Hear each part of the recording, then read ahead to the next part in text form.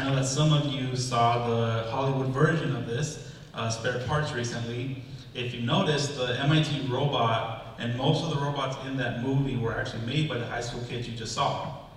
And the MIT robot was last year's robot that we were using to compete with. So you can see kind of the progression in there from going the crappy little $800, semi-broken R2-D2 thing into like the military grade. That thing looks like it's going to launch missiles or something. And that's kind of the way it seems to go in life sometimes, where you have this progression of not really knowing where you're going, but you end up somewhere.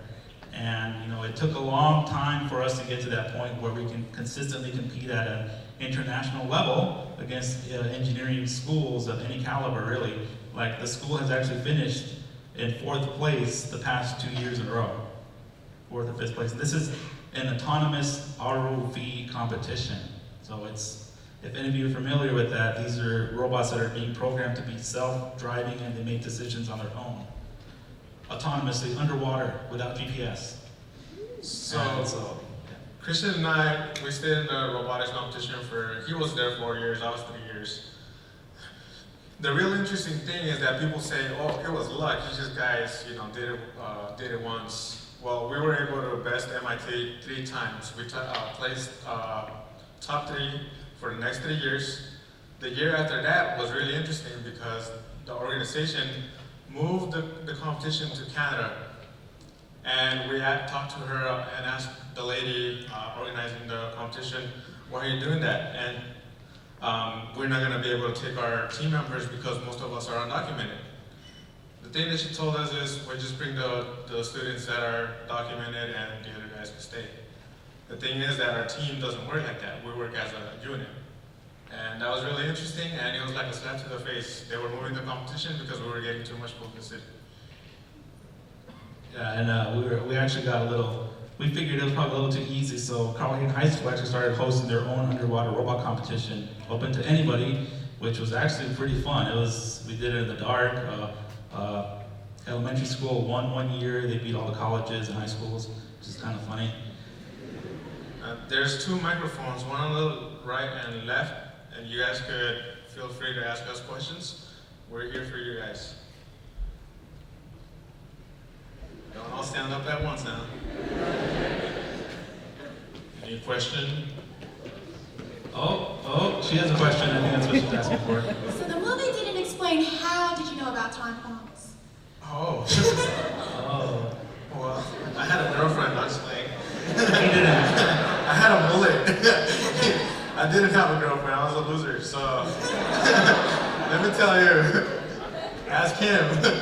Anyways, so the story goes, we had an all-electric car with lead-acid batteries, and the car was lined with maxi pads so that the frame wouldn't get any acid on it. Otherwise, it would corrode with,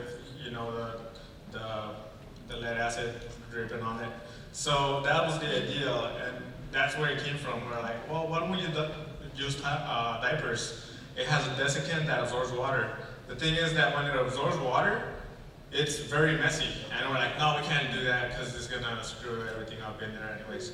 So we talked about doing the maxi pads, and they were too big. We couldn't stick them up in little areas, And so then he went like, all right, well, somebody mentioned it, and I'm like, oh, what do we do tampons? It was me.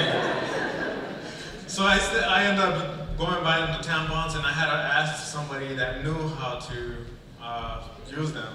The way he told the story, there was an attractive blonde that he asked for help. Oh, it was just, Attractive blonde? was that? Was there an attractive blonde? No, it was just an old lady. Then I told her, and then I went to the cashier, and I just told her, it's for my girlfriend, I'm buying this. Trying to make it look cool, You still have the mullet. I don't think it worked. Next question. Weird, awkward looking guy. Hi guys. So my question is for someone who's always just enjoyed building things and is just now taking an interest in engineering. What would you recommend as a resource, and how would you recommend getting started? Well, actually, we took a little tour of the engineering facilities in the school, and they're actually pretty impressive. Like I like that paper laser etching they were giving, that was cool, and that robot. The internet is a great resource. Back when we did this competition, like Wikipedia was just barely starting out. Google had just gone public they hadn't even gone public yet actually. And so yeah, the internet's a great resource. What I do in my spare time is like, I'll order like just random parts and stuff. I've got like, Android, Arduinos are pretty popular, depending on whether you're like software or hardware based. And then just, your libraries are a great resource. There's a lot of books that are outdated, but usually when you're just starting out, there's really nowhere, all the information you learn is outdated anyways. I just basically pick something to do and then find a way to get it to work. And when we did this robot, we had no idea how to make anything work. So most of the time we ended up just calling random people or just Googling random stuff, and eventually you get somewhere. And even if you don't get stuff done the way you would hope, you at least find out, how to make it better for the next time around, which has been a large part of our success. So in short, my recommendation would be just buy like a book that looks interesting and see how far you can understand it and learn the parts you don't. Thank you. Hi. My question was just, you said, or you mentioned in the documentary that after Prop 300 passed, that you stopped going to school, I think? Was that what it was? I was just kind of unclear about that. So, just to be clear, you haven't gone back since then, but now you've got the right funding for it and stuff? There's two sequences where we're sitting down with the MIT team in that room with all the high school kids there. Those were actually filmed in reverse. So like the second part they showed was actually the earlier part, and then the first part they showed was actually the later part. What ended up happening was back in 2006 when I graduated from high school, I had this scholarship that's called a presidential scholarship, and with that, the state would pay for all of my in-state tuition to go to a school in the state of Arizona. Well, they removed my funding halfway through my freshman year. So by then it was too late to apply anywhere else because I'd already sent all my rejection letters. And so I could not get any in-state funding for being in Arizona, and I could not qualify for in-state funding anywhere else because I didn't live anywhere else. How did that make you feel? Like, It was devastating. Feel? It was hard to get out of bed for months at a time, and finally I got to the point where I had to choose what I was going to do next, and I actually went to community colleges in my area. We're very fortunate in Phoenix that we've had very supportive. Maricopa Community College has been very supportive of our struggle in trying to get educated, and yeah, Lorenzo attended community college, I attended it, Oscar did, and that's what I did for years until recently, that now that I get to, actually go to school full time. Prop 300 quadrupled tuition, so one class would be 1,200 or 1,500. While I was going to school, it happened. Teacher said, take as much classes as you can, and we were like overloading. I was like taking 15 to 20 credit hours at the time. And then bam, slap in the face, you can't go to school because you're getting screwed over by these people that really don't want you to get an education, when education should really be free. It sucks because I'm not the only one. Christian's not the only one. I'm sure that maybe a quarter or more of you guys are undocumented too. And in Arizona, we have a brewer, Jan Brewer, that was our governor at that time.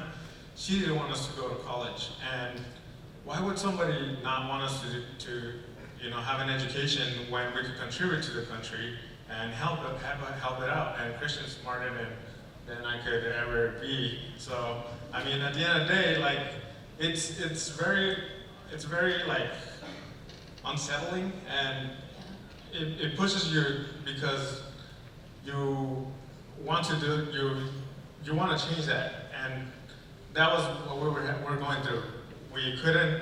We needed approval to the government, even though that they were quadrupling our education, that we needed to have a degree. And I was able to graduate, even if they quadrupled that. And I was like taking half the classes I was taking at the beginning.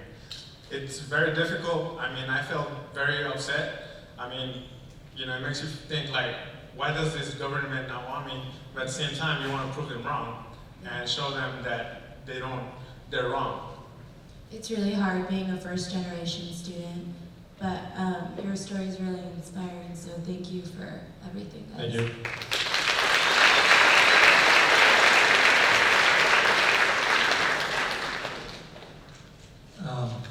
On a lighter note, did you guys end up going to Hooters? Oh, I was waiting for that. There were two questions that always get asked, and that was one of them. Tampons and Hooters. Always the tampon Hooters questions. I mean, yeah, we went to Hooters like 3 times, and I could cook better food than them, so. He got over that pretty quickly, but It's like slaps in my face what people cook nowadays. It's like, really? Be creative, do something, learn. Oh, hi. So my question is, so what is you guys' reaction after like they asked you guys to, make the documentary? How you guys feel after you go watch it? I still get teary-eyed. I mean, right now I have to take a nap because I've been, I haven't slept. I'm working on the business part, so I just need to take a nap. Usually I get very emotional, especially when I talk about waste, because that guy's my freaking rock. I mean, I think about things that are too way out there, and he's like, we can't do that because we don't have this, or because we don't have that. I think like we should be able to do everything. So, at the end of the day, it's very emotional. It's very humbling to come here and share our story because we know the value of it. And that was 10 years ago where we knew that it was going to be something bigger than us. We've been to the White House sharing our story. President Obama knows about us. And at the end of the day, it's more important to share our story with the whole world because maybe we can inspire you to have a better education and don't give up even if the government doesn't want us here. Thank you.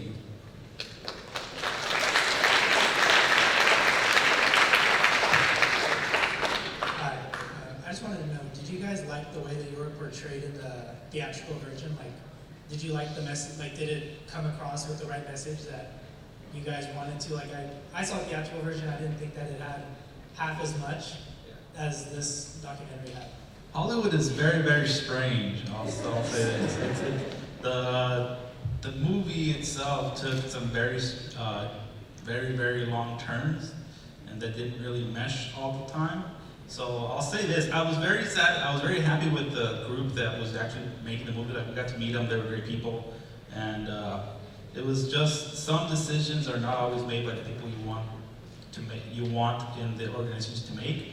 Like there was a lot of decisions that were made by the studios, and there were a lot of decisions made by people we never met. And but overall, yeah, I'm very happy with it. I mean, I can show this to my family. I can show it to my family, not really be ashamed of anything that's in there, which was a worry during some of the other studios that had this project at the times. But yeah, I'm pretty happy with it. They showed my dad as a drunk, and that's true. I mean, I talk about it in the documentary. I mean, overall, the movie is really good. It's better to know that we have a Hollywood version, a documentary, and a book. We have 3 platforms that people can look at. If they don't want to watch the documentary, they could watch a Hollywood film and watch George Lopez go around, or they could read more deep into our stories like you guys did, and learn what we did so that you guys can learn from us. At the end of the day, the movie was just one part of a whole picture. Thank you.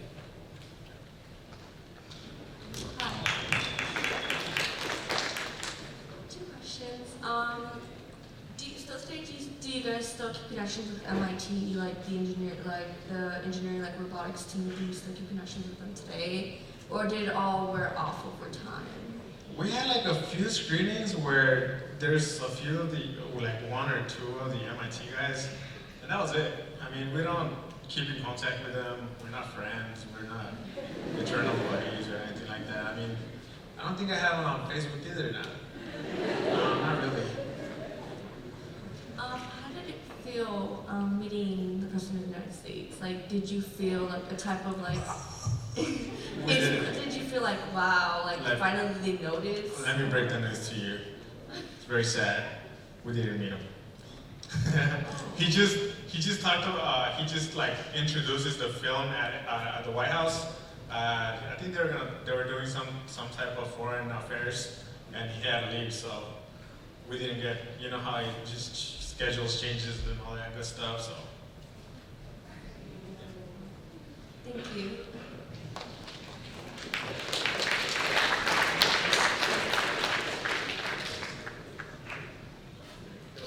Hi.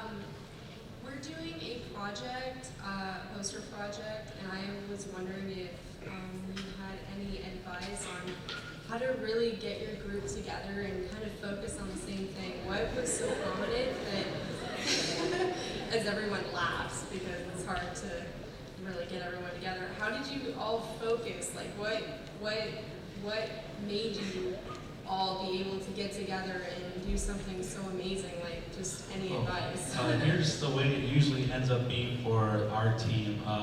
We actually do a lot of other, when we were in high school, we actually did a series of other competitions throughout the year. So at the beginning of the year, and after recruiting, we have about 20 to 30 students. By the end of the school year, we'd have maybe 6.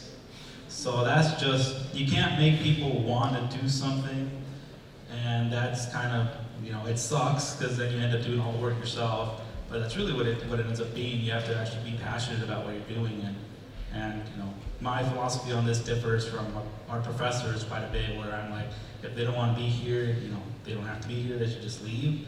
He's, the professor, he's a nurturer, he says, no, we have to get them involved, and I'm like, all right. So that's my take on it. I think for this competition, it was a very unique opportunity because, number one, we were going to the competition on the basis that we were going to learn for next year so that we could compete. Number two is we were actually learning with the teachers. So the fact that the teachers weren't mentoring us and like hovering over us like all teachers do, I mean, they were, we were hand in hand, talking about what we're gonna do, how it's gonna do. If Christian had a great idea, we would use his idea. If I had a good idea, we would use my idea. So at the end of the day, we were all learning together. It was a learning process for all of us. And I think that was what made us really amazing. The fact that we weren't going to compete with anybody was a whole different aspect of it that made us as successful as we were at that point in time. Otherwise, it has been pretty difficult for the teachers themselves to replicate that success rate, but they're still, promoting, and everybody feels like building, Stinky is like the ultimate and nobody could reach it. But at the end of the day, they've surpassed us and they've done even more amazing things that we could ever do. Thank you.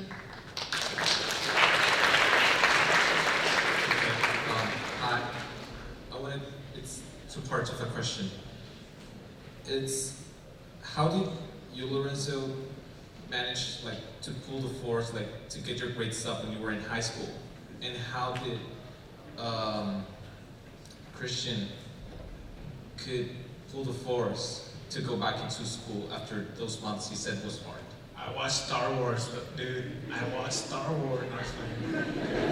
Well, I actually got bored of Star Wars, but the real thing was that I'd never been to California. I had never seen the ocean. And the fact that we were building something that was made by us and that my parents might let me go, that was like a huge motivation. So teachers are like, well, if you want to travel with us, you need to get your grades up. I had the worst math grades. I was getting in fights. I was about to be expelled from school, and then on top of that, the principal knew me by name. And I had to take a few anger management classes. So on top of all that, having problems with my house, doing all that stuff, just going to the competition was a huge reward for me. And it was the most rewarding so rewarding that it changed my life. Otherwise, I don't think I'd be here sharing my story with you today. Oh, I remember this. I can actually build on that. I remember when he found out that he had to have, a C+ average or something to travel, his grades went up instantly. It was right away, his grades went up. But yeah, sometimes you just need that motivation. Yeah, I remember when Freddie told them, yeah, you gotta get your grades over, you can't go, his eyes were like this. So, but, that actually built up a little bit into, the reason I stuck with actually trying to get educated, because it really did take me 10 years to go back to school. And I was just stubborn, I didn't want to quit. I mean, I've been wanting to be an engineer since I was a toddler, since before I could read. And that was just kind of my motivation, and that's kind of, if there was something I had to say was a defining, something that defined me, I would say that I want to be an engineer, and I'm that passionate about it. I mean, that's really just what I am. Mr. Casey, con ganas. Thank you. You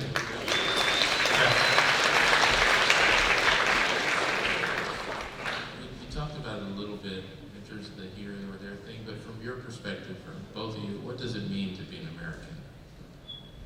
To be an American, I am American. Just that the difference is that I don't have a social security number to make me that. That's the only thing that makes me different from everybody else.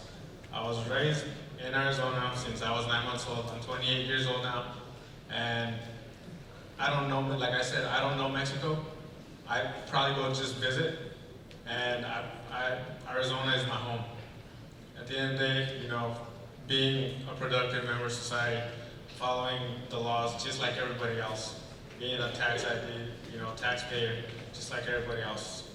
I mean, if it's anybody that's been chasing the American dream, it's been us, and everybody in here that aspires to be American is just doing the same. It's just that we were lucky at this moment in time to be able to, have a story highlighted, which will help everybody out. I've actually been struggling with that for a very long time. I'm still not sure how I would answer that, because I mean, what if we didn't have this publicity? What if Mary hadn't made the documentary? Where would I be right now? Would I still feel the same way if I wasn't in school right now? Like I actually had class today, and over there in Michigan, which I didn't go, but so I feel like I should feel American, but I still feel a little lost, which I'm not really sure how to deal with that. Like I've met some people in Michigan, which was kind of weird that there's actually, I should have probably realized this, but there's Hispanics everywhere, literally everywhere. You'll find them in Alaska, you'll find them in Hawaii or whatever, you'll find them in Michigan, because anywhere there's production or need of cheap labor, you'll find Mexicans. And a lot of the Mexicans there who actually feel Mexicans because they don't feel American.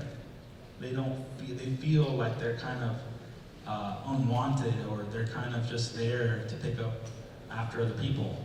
And so I can I feel more in touch with some of the people I've met in Michigan than I did in Phoenix, because they feel just as lost as I was.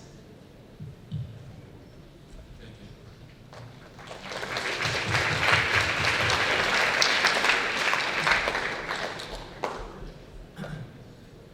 After everything you guys went through, how do you feel like that experience affects you guys today with with anything that you go through, like any hard, troubles, right? Well, it doesn't allow us to give up ever. I've been trying to set up a business and go legal, do everything right for the past 6 years, 7 years. And then I was like, well, I want to try what the restaurant, working in a restaurant is like. So try that out, and I still in my heart, I knew I want to be a business owner.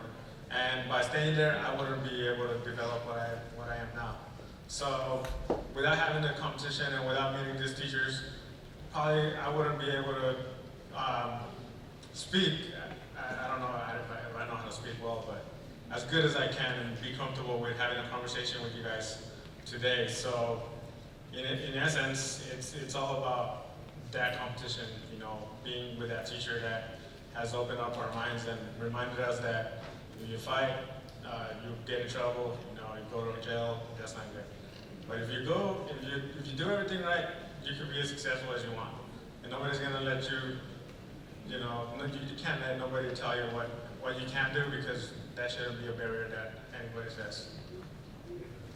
Yeah, I just become very, very stubborn about not, but just staring adversity in the face and not really caring. It's strange in how, like, after my scholarship got taken away, I just stopped feeling afraid. I just stopped caring about the adversity we're facing, and I was just stubborn and, staring the wall in the face and just like staring at it and telling it, I'm gonna win no matter what, and because there's really no other alternative. So sometimes just, not having any other opportunities kind of pushes you into always pushing towards success. Thank you.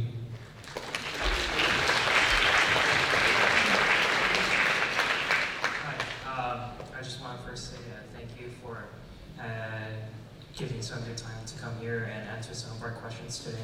After watching, or when coming into college, when I didn't really have a lot of hopes for my own individuality, and after hearing about your story, it means a lot to me. Someone who's dealing with a lot of issues personally, and also my own issues. Thanks for coming out here. It really means a lot to hopefully a lot of us that you're taking the time to answer our questions. So now for my question. As someone who hasn't, or as an individual who hasn't really found a career path, or just doesn't know really what to do yet, what do you think does it take for someone to, find their, what works out for them, or what just clicks? I'll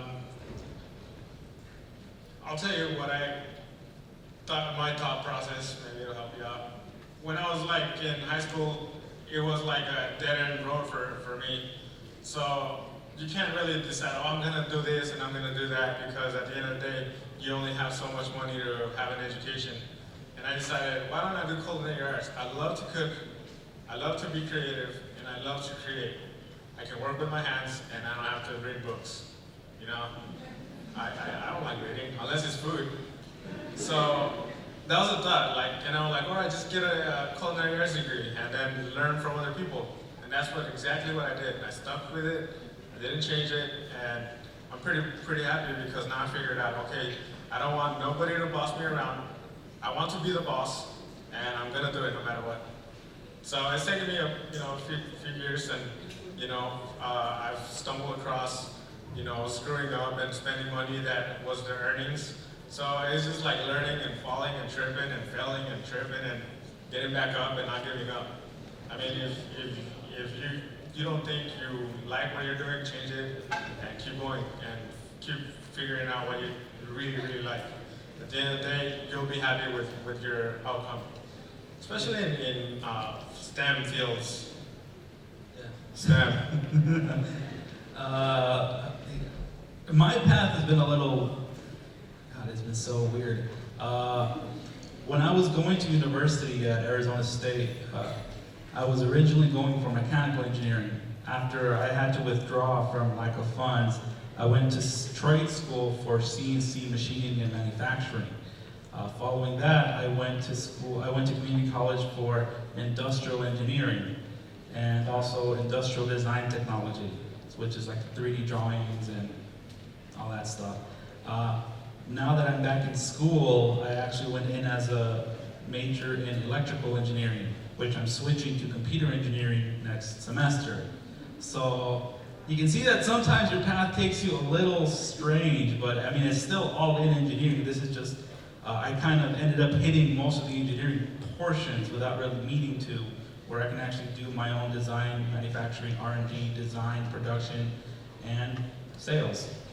So what I'm trying to get at is, even if you end up changing your mind, it's a good idea to try a lot of different things, because odds are you'll end up using a lot of the other stuff you've learned simply because it's tools and skills you've already have. So I wouldn't worry too much about having wasted all the time you've already invested in whatever education path you've already done, because odds are you'll end up using it anyways. All right, thank you so much.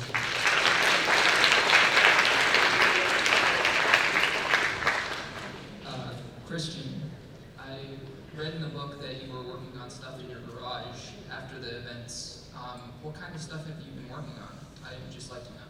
Yeah, us in Phoenix aren't as blessed. We don't have garages. We have little sheds, which is too hot to be in. Actually, I did a lot of stuff in my room. Like I would buy, I loved going to the thrift stores and I just take stuff apart. I mean, a lot of times it was cheaper to just buy stuff like a microwave, take this microwave apart, for the parts and buying the parts individually.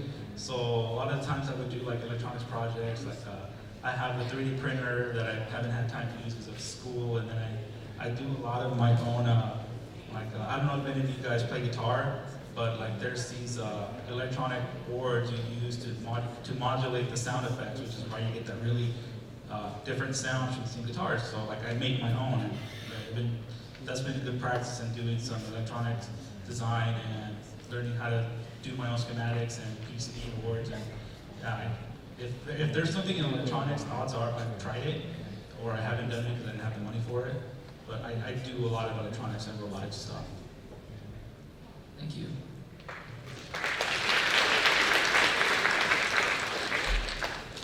So, arguably speaking, between you two, you guys have had much adversity to face. What would you say would be the best takeaway from all of the events that have happened? Don't let fear be what stops you from trying something new or different. That's really been pretty much the secret to our success, just trying new things, even though they seem incredibly difficult. Like, I mean, you guys hear about this competition that we won. We've lost 80% of the time we've competed, and that's still, you still gotta try new things, because at times you end up winning, you might have a movie and documentary about you. One last thing is, don't be afraid to ask questions, because no question is a stupid question. And sometimes you'll feel like that, but I ask stupid questions all the time. That's pretty good, because when we were building this robot, we had no idea what we were doing at all. And we ended up contacting like random people online. Like we were looking for thermometers for underwater use. We would Google that up, find a company that makes them, and call their head engineer. And a lot of times they were nice to us because we were bratty little high school kids. I don't know if they'd be so nice to us now. Thank you. I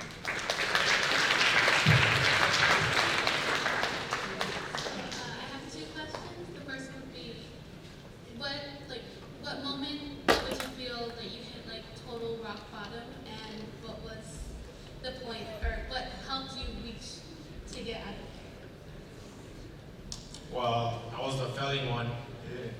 Never failed. And like I said, I had million fights. I had the worst grades, and I think that was my rock bottom. Losing my friend because his mom got deported was another one. So I was like, all right, what do I do in my life? I know I want to have an education. I don't know how to get there, but somebody does, and I don't think what I'm doing right now is working. So decided to talk to these people about joining the robotics team, which was Freddie Lajavardi, and he's like, well, help me fit the fish, and then he started talking about the robotics, and then I started realizing there's all these tools I could play with that we didn't have access at home, so that was like part of it, just changing mentality. It just took that one teacher talking to me about what it was that he did, and all these cool things that they were doing, and what they were going to be working on the next few years. There's Catapult, that was really cool. Get to smash pumpkins with it. So, and then there was an electric car that we got to work on, kind of. So that was really, really nice too. I mean, it was just a progression of everything. There were two moments that I can recall very strongly. One of them was, of course, when my scholarship was revoked. And then recently, when I was applying for schools, I'd been out of school for almost 10 years. My ACT scores were no longer valid. The best, my formal education had been very sporadic. I hadn't taken a math class in probably like 10 years. And when I was applying to schools, there was one very, very clear choice I had that I had actually wanted to apply to back when I was still in high school. And I didn't apply to it because I was like, I'm never gonna get in. And this time, just on a whim, I applied to it. This school is extremely exclusive. There's 300 and something students total, and that's including grads and postgrads. It's one of the most exclusive engineering schools in the country, and I didn't get in. I passed their first, they had multiple meetings we had to do, and then they would choose who the final 100 students would be that would get into it that year. I made it to the last round, and I didn't get into the school. that was devastating. That was beyond difficult. Because that school really spoke to everything I had wanted to do in engineering since I was a little boy. And when I didn't get into there, I didn't want to go to MIT. As nice as Caltech is, I didn't want to go to Caltech either. So that's why I ended up going to Michigan, because I felt that the community there spoke to me in the way that I had spoken here. And that's why I'm in this tiny little school that nobody's ever heard of, instead of going somewhere like MIT or Caltech or Stanford or Harvard. And so that's kind of made my choice that I'm going to continue being a public advocate for the American dream, for our communities. And that's kind of to reaffirm my kind of faith in what we do.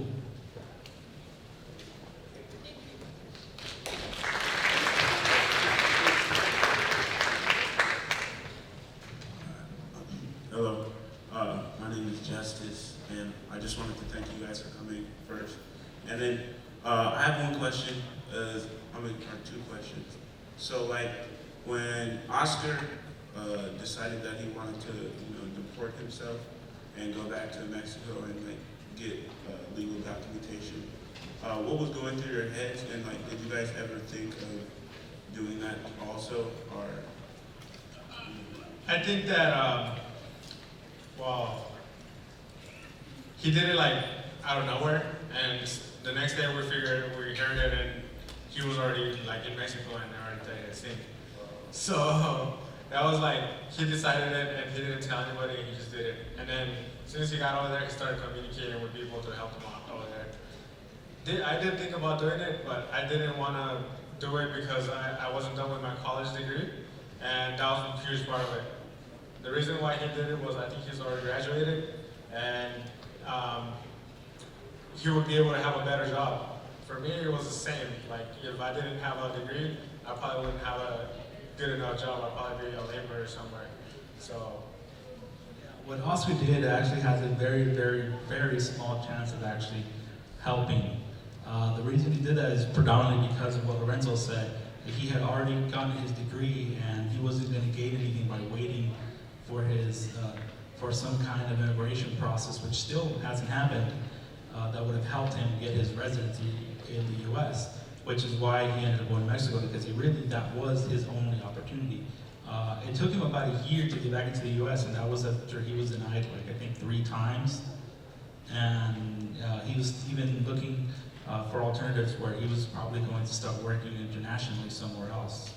So it got to that point where, he had no other option. So that's why he did that. All right, thank you. My name is Omar. What is your guys' opinion on Donald Trump? he's great, not just playing. I'm just playing. No, he's not a good person. I think just do your research on, everybody should vote first of all. So get out there and vote, be a registered voter, and figure out what laws affect you directly. That way you could vote on something that really is meaningful.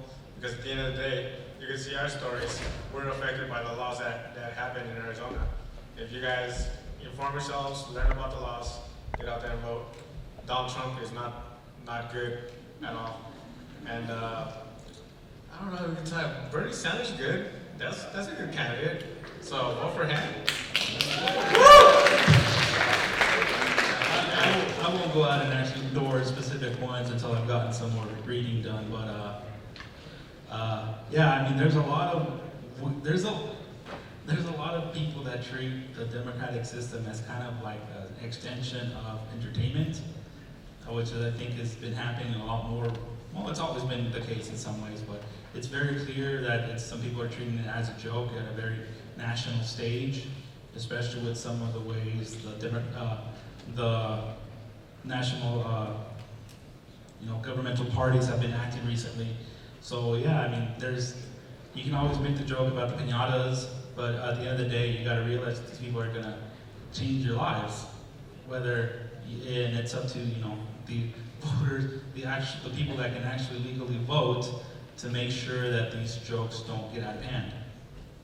And if you can't vote, get out there and figure out who can vote so that you can influence them. Here.